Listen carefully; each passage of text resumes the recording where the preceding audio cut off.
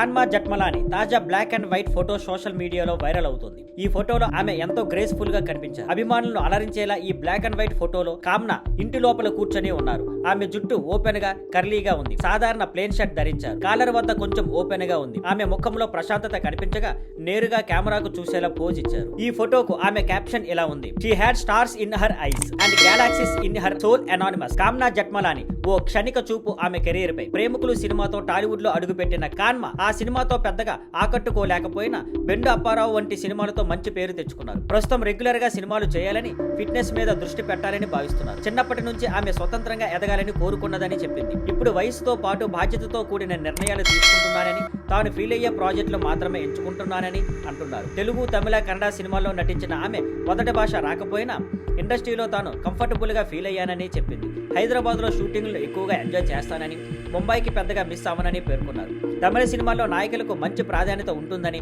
తెలుగు సినిమాల్లో అతి అందమైన హీరోయిన్లు ఎక్కువగా ఉంటారని అభిప్రాయపడ్డారు.